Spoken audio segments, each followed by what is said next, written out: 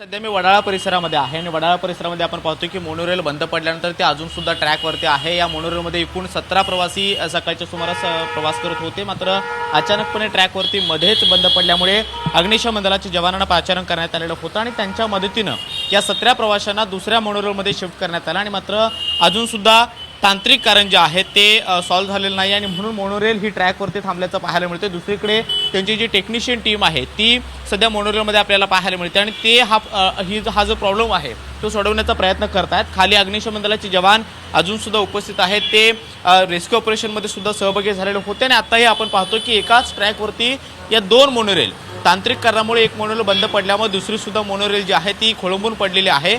वडाळा परिसरातली ही सगळी दृश्य आहेत आणि ट्रॅकच्या समोर आपण पाहतोय की एक मोनोरेल जी ही बंद पडल्याची आपल्याला पाहायला मिळते, मात्र त्याच्या मागे सुद्धा अजून एक मोनोरेल सुद्धा इथे अडकून पडल्याचं पाहायला मिळतं आहे। रात्रभर मुसळधार पाऊस सुरू आहे आणि त्यामुळे या पावसाचा वाहतुकीवरती परिणाम होताना पाहायला मिळतो। लोकल सुद्धा काही मिनिटं उशिरा धावत आहेत, मात्र दुसरीकडे मोनोरेलनं जे लोक प्रवास करतात किंवा पावसामध्ये खास करून मोनोरेलचा आधार घेतला जातो की लवकर आपल्या ज्या योग्य ठिकाणी पोहोचता यावं, मात्र अशा वेळेला पावसामध्येच मोनोरेल वारंवार बंद पडत असल्याच्या तक्रारी सुद्धा सातत्यानं समोर येताना पाहायला मिळतात। कारण मुंबईमध्ये याच्या आधी जेव्हा मोठा पाऊस झालेला होता, जेव्हा लोकल पूर्णपणे विस्कळीत झालेली होती, तेव्हा सुद्धा मोनोरेलमधून प्रवास करणाऱ्या प्रवाशांची संख्या अधिक होती, मात्र त्यावेळेला सुद्धा मोनोरेल अचानकपणे बंद पडल्यानंतर साधारणतः 3 तास लागून रेस्क्यू ऑपरेशन करून लोकांना बाहेर काढावं लागलेलं होतं। मात्र आताही आपण पाहतोय ही टेक्निशियन टीम मोनोरेलची जी आहे ती आपल्याला आतमध्ये पाहायला मिळते, ती अडचण सोडवण्याचा प्रयत्न करतायत। मात्र सकाळच्या सुमारास जेव्हा सगळे नोकरदार लोक जे आहेत जे आपल्या कामाच्या ठिकाणी जात होते, तेव्हा मोनोरेलमधून एकूण